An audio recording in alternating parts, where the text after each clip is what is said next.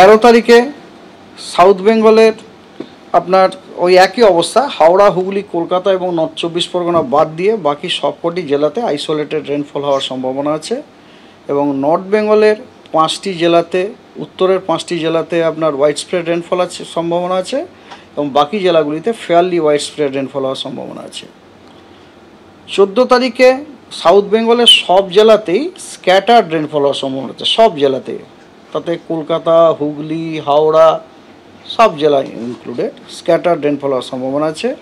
এবং নর্থ বেঙ্গলে আপনার উত্তরের 5টি জেলাতে হোয়াইট স্প্রেড রেনফল এবং বাকি জেলাগুলিতে ফেয়ারলি হোয়াইট স্প্রেড রেনফল। 15, 16, 17 এই 3 দিনই কিন্তু সাউথ বেঙ্গলের সবকটি জেলাতেই ফেয়ারলি হোয়াইট স্প্রেড রেনফল হওয়ার সম্ভাবনা আছে। এবং নর্থ বেঙ্গলের উত্তরের 5টি জেলাতে হোয়াইট স্প্রেড, বাকি জেলাগুলিতে ফেয়ারলি হোয়াইট স্প্রেড রেনফল হওয়ার সম্ভাবনা আছে। তার মানে আজ today I think relatively better news as compare to yesterday.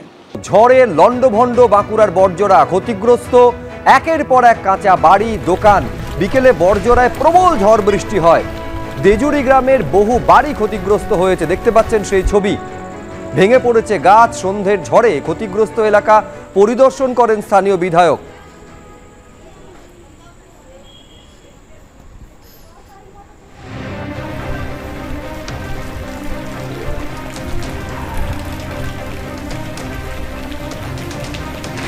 দেখতে পাচ্ছেন বাঁকুড়ার বড়জোড়ার ছবি, যেখানে ঝড় বৃষ্টিতে কিভাবে ক্ষতিগ্রস্ত হয়েছে একের পর এক কাঁচা বাড়ি এবং দোকান। বিকেলে বড়জোড়ায় প্রবল ঝড় বৃষ্টি হয়, মূলত যে সমস্ত কাঁচা বাড়ি ছিল বা টিনের ছাদ দেওয়া বাড়ি ছিল সেগুলো এইভাবেই ভেঙে চুরে গিয়েছে।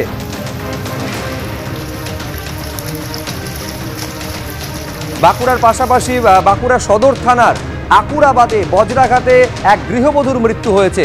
ফলে বাঁকুড়ার একাধিক জায়গায় যেভাবে ঝড় বৃষ্টি ক্ষতি করেছে সাধারণ মানুষের, সেই ছবি আপনারা দেখতে পাচ্ছেন। একদিকে যেমন মৃত্যু পর্যন্ত হয়েছে, অন্যদিকে ঝড় বৃষ্টিতে প্রবল ক্ষয়ক্ষতি হয়েছে।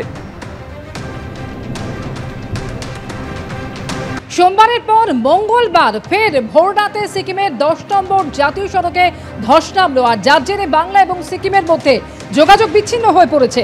গত দুদিন ধরেই দক্ষিণ সিকিমে অবিরাম বৃষ্টির জেরে ভোররাতে ধস নামে, বন্ধ হয়ে যায় 10 নম্বর জাতীয় সড়ক।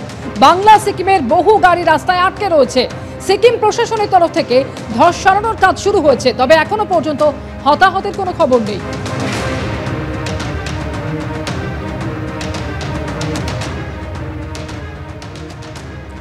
বৃহস্পতি, শুক্রবার দক্ষিণবঙ্গে বিক্ষিপ্ত বৃষ্টির পূর্বাভাস। 15, 16 এবং 17 জুন দক্ষিণবঙ্গের সমস্ত জেলায় বৃষ্টির পূর্বাভাস।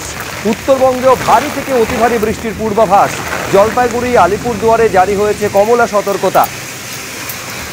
দেখতে পাচ্ছেন দক্ষিণবঙ্গের দুর্গাপুর শেষ পর্যন্ত হাঁসফাঁস করা গরম থেকে সাময়িক মুক্তি মিলেছে। ঝড় এবং বৃষ্টির ছবি দুর্গাপুরে দেখতে পাচ্ছেন।